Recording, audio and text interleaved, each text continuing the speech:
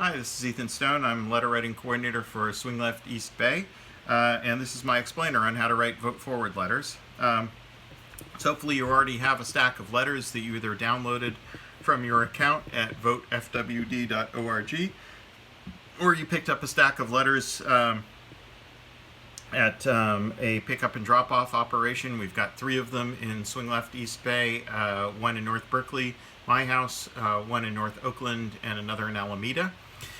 So you should have a stack of 20 letters with a list on the top with 20 addresses. This list only has 1 because it's a sample, but normally there would be another 19 names and addresses and another 19 letters after it. So the first thing to notice is the return address right up here at the top of the list. That's going to be the same return address on all of your letters, and in fact on all letters for the same state will have the same return address. So you put your first name and your last initial, and then write that return address. That return address is a vote forward return address in the state. That way, if a letter is returned undeliverable, it goes to vote forward so they can update their lists. So use that list. Do not use your personal return address. I recommend you write the return address on all of your envelopes first because it's the same on every envelope. So once you've done 2 or 3 of them, you'll have it memorized and it'll go faster. So once you've got your return address envelopes, then you go through the list one by one. So first you address the envelope to the voter. Now bear in mind, sorry, be careful, as I am not being. Bear in mind that you have a stack of letters, and each letter is customized to a specific voter. So on first glance, all of the letters might look identical, but when you look at the bottom of the letter, you will see the name and address of the voter, and then slightly above that, right below the signature line, you'll see a code that is unique to that voter. So I'm emphasizing that because it's important that the John Smith letter have Dear John at the top of it, and that it go into the John Smith envelope. You don't want to mess that up. It should be pretty simple. They should print out in the correct order with the list on top and the letters afterwards in the right order. So as long as you don't mess them up, they should stay in the right order. So Dear John, and then this is where you write a personal, inspirational message about why you think it's important to vote in every election. And we urge people to keep these messages, inspirational, positive, nonpartisan. And that is not because this is not a partisan endeavor. It is a partisan endeavor, but it is because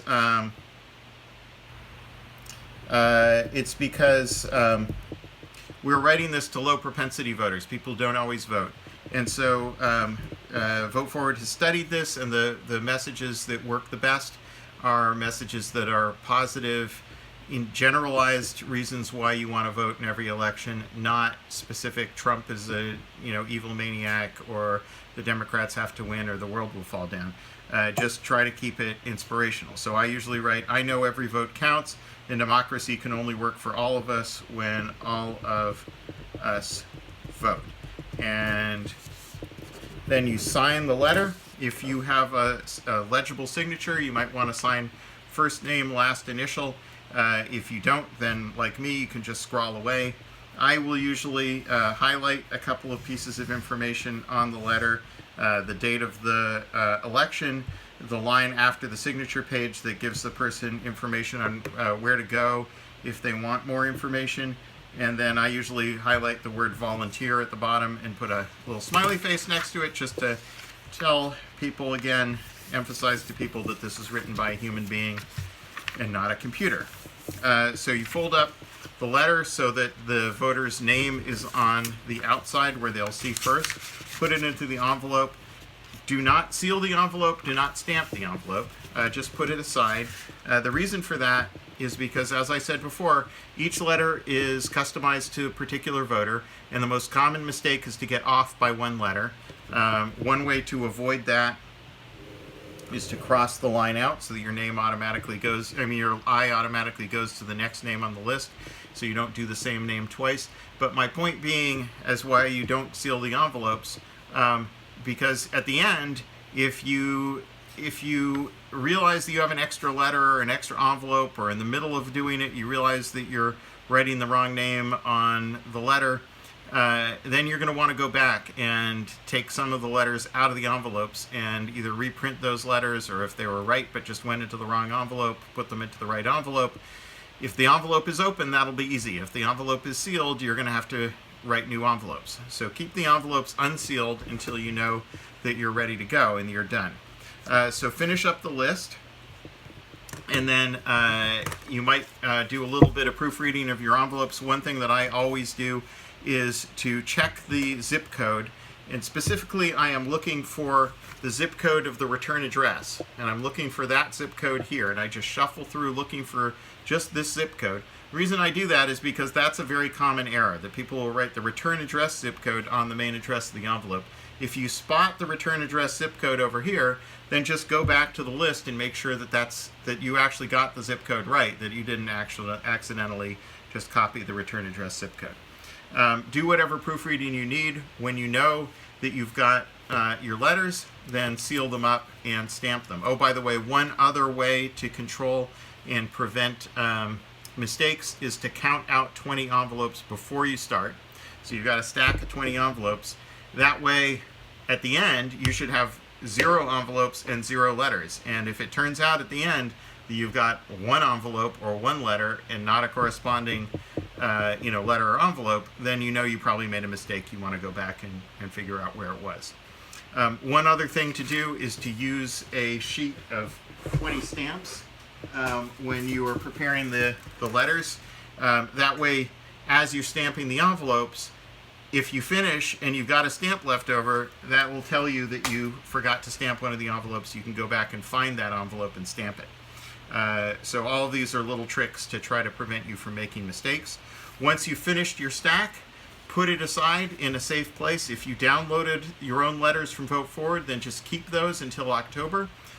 If you picked up your letters from a pickup and drop-off operation, then just bring them back to the address where you picked them up and drop them off with the volunteer there who downloaded them.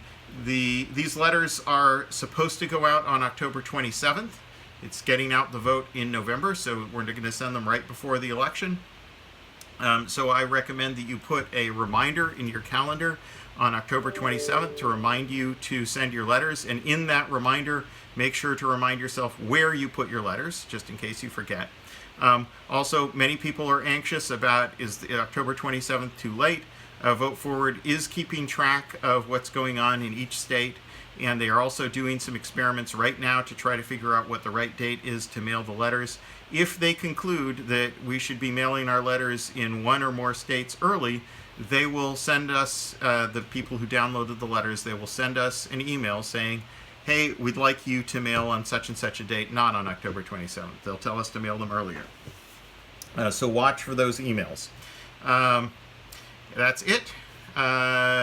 Please write as many letters as you can, and if we all do that, hopefully we'll get the vote out in November and win. Bye.